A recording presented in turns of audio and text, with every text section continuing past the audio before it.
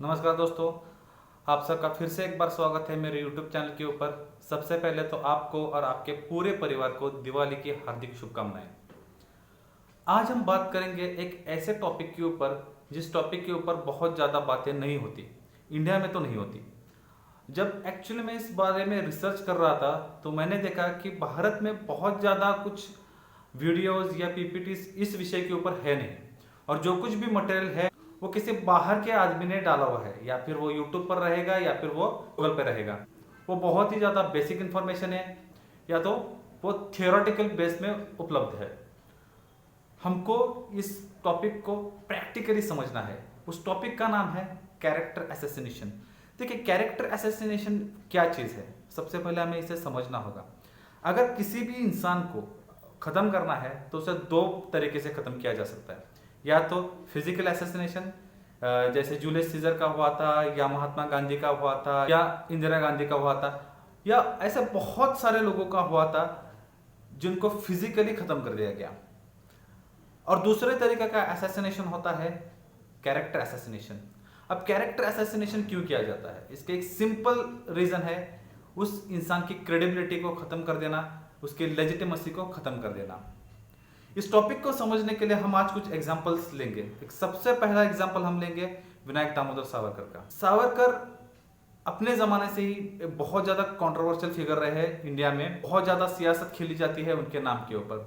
उनके विचार जो कुछ भी रहे होंगे, आज उनका नाम इसलिए उछाला जाता है क्योंकि सियासत हो सके। सावरकर जी के बारे में अगर हम बात करें तो उनके ऊपर लगने वाले कुछ गंभीर एलिगेशंस हैं, जैसे उन्होंने मर्सी पिटिशंस लिखी थी अपने आप को जेल से बाहर निकलने के लिए, या फिर उन्होंने अंग्रेजों से पेंशन ली थी, या फिर उन्होंने मुस्लिम लीग के साथ एक कोएलिशन गवर्नमेंट एस्टेब्लिश की थी, या वो टू नेशन थियरी को समर्थन देते थे, या फिर महात्मा गांधी की हत्या की साजिश में उनका कोई हाथ था।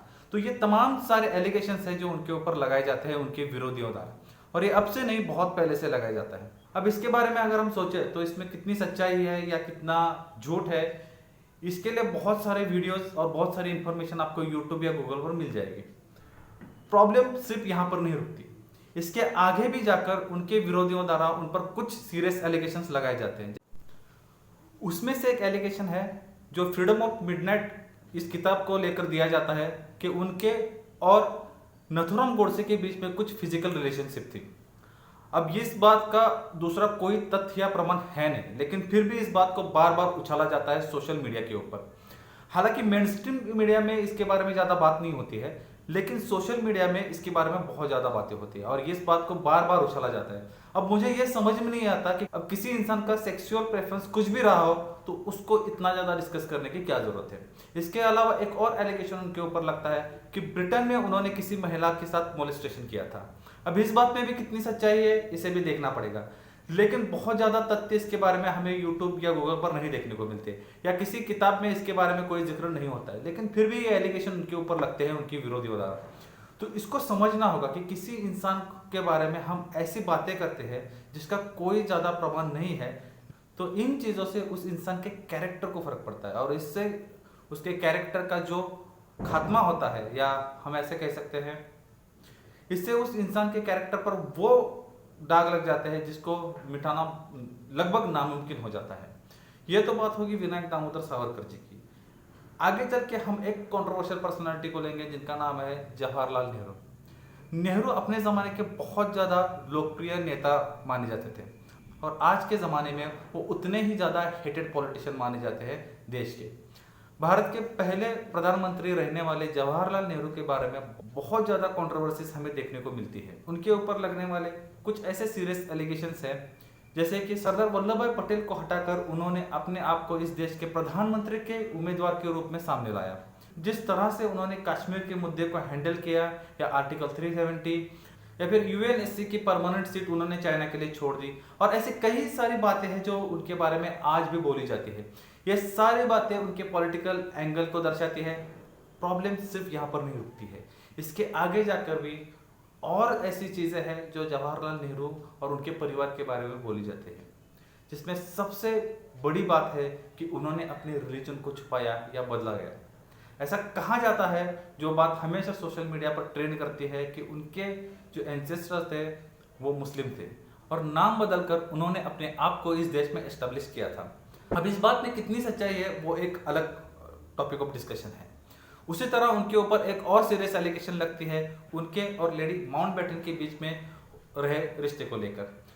अब इसमें भी कितनी सच्चाई है इसको भी हम बाजू में रख देते हैं, लेकिन ये वो तमाम सारी चीजें हैं जो बार बार उनके बारे में उछाली जाती है।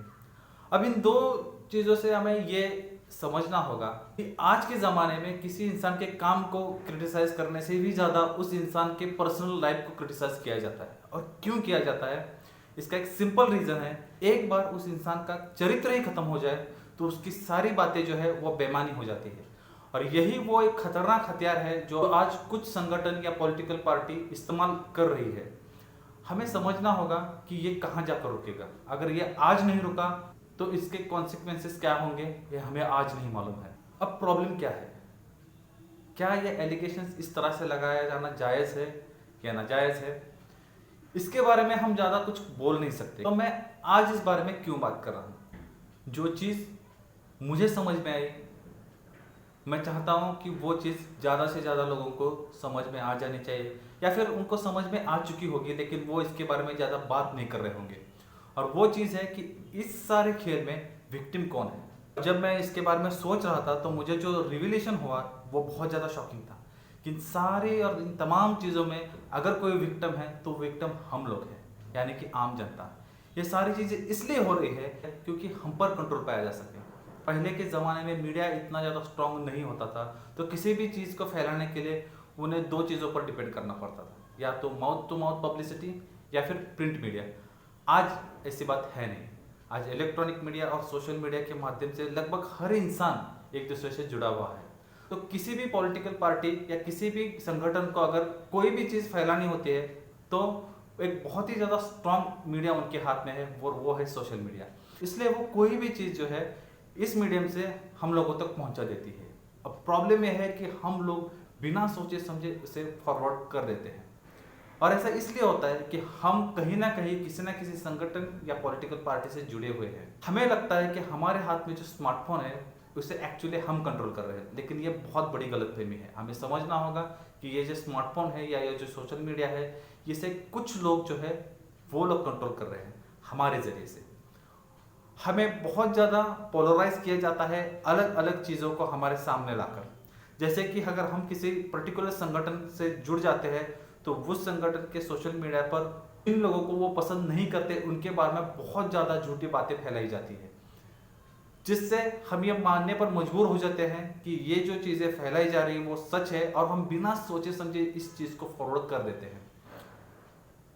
अब इसका फायदा उन्हें कहां पर होता है, तो इसका फायदा उन्हें होता है वोट के पोलराइजेशन के लिए या फिर संगठन के पोलराइजेशन के लिए, और जाने अनजाने में हम जैसे लोग इसमें फंस जाते हैं और इनके पॉलिटिकल एजेंडा का एक हिस्सा बन जाते हैं। ये वीडियो मैंने इसलिए बनाई है क्योंकि मुझे इस बात से तकलीफ हो रही है।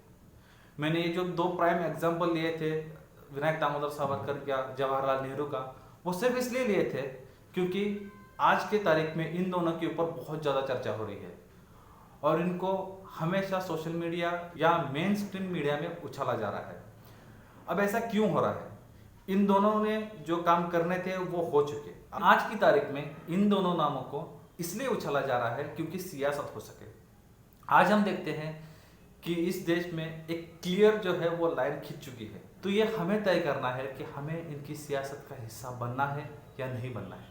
और अगर नहीं बनना है तो हमें थोड़ा सा सोचना पड़ेगा कि हम क्या भेज रहे हैं। कोई भी चीज़ अगर आपके पास आती है तो सबसे पहले उसे क्रॉस चेक कीजिए और इस बात को समझिए कि आप जो भेज रहे हैं क्या वो सच है या फिर इससे एक्चुअली में क्या इम्पैक्ट होगा।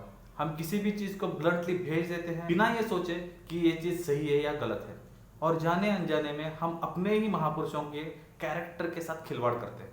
तो इस चीज़ को समझने की ज़रूरत है। ये चीज़ आज उनके साथ हो रही है, कल हमारे साथ भी होगी। तो मेरा ये अनुरोध है आप सबसे कि इस बात को समझिए और अपने आप को विक्टिम होने से बचा लीजिए। अगर एक भी इंसान इस वीडियो को देखकर ये समझता है कि हाँ जो हो रहा है वो गलत हो रहा है, तो मैं समझता हूँ कि मेरा ये वीडियो बनाने का उद्देश्य जो है वो सफल होगा। तो उम्मीद करता हूँ कि आपको ये वीडियो पसंद आया हो। अगर आपको ये वीडियो पसंद आया है तो इसे ज़्यादा से ज़्यादा लाइक कीजिए, शेयर कीजिए और हमारे चैनल को सब्सक्राइब कीजिए ताकि हम और ज़्यादा ऐसे इन्फॉर्मेटिव वीडियोस आपके लिए बनाते रहें। तो जल्दी मिलते हैं एक ऐसे ही नए इन्फॉर्मेटिव टॉपिक के साथ। तब तक के लिए धन्यवाद। जय हिंद।